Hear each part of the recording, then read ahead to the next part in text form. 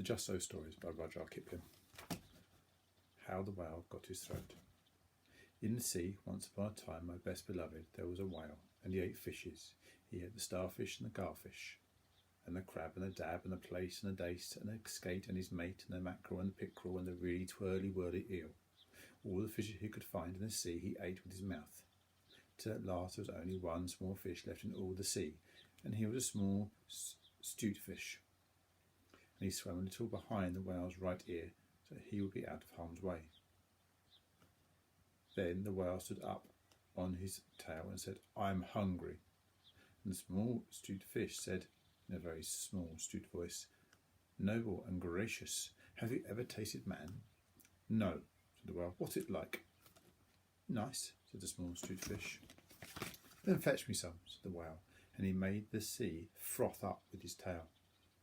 "One is enough," said the stute fish. "If you swim to latitude 50 north and longitude 40 west, that is magic, and you will find sitting on a raft in the middle of the sea with nothing on but a pair of blue canvas breeches, a pair of suspenders. You must not forget the suspenders.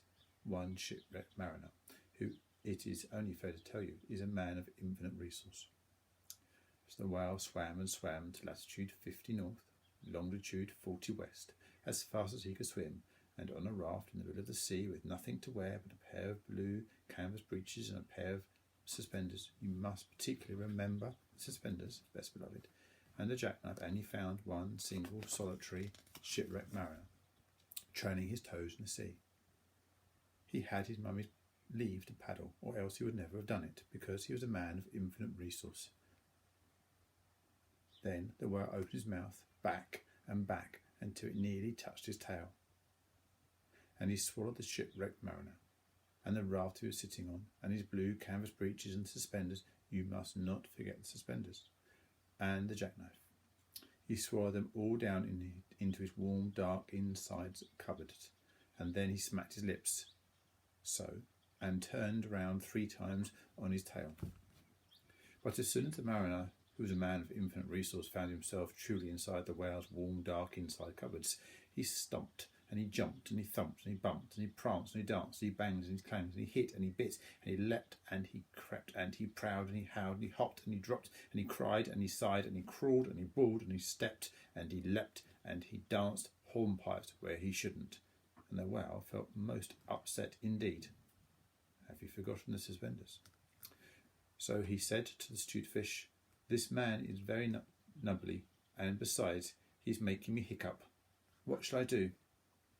"Tell him to come out," said the stute fish. So the whale called down his own throat to the shipwrecked mariner, "Come out and behave yourself. I've got the hiccups." "Nay, nay," said the mariner. "Not so, but far otherwise. Take me to the natal shore and the white cliffs of Albion, and I'll think about it." And he began to dance more than ever.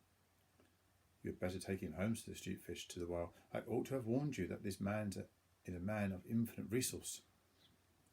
So the whale swam and swam and swam, with both flippers and his tail, as hard as he could for the hiccups.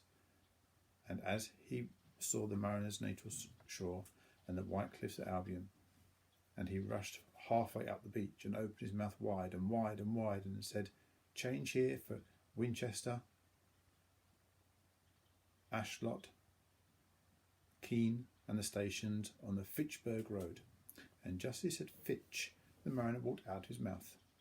But while the whale had been swimming, the mariner, who was indeed a person of infinite resource, had taken his jackknife and cut up the raft into small square gratings all running crisscross.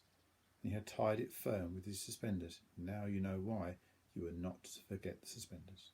And he dragged that grating good and tight into the throat's mouth, and there it stuck.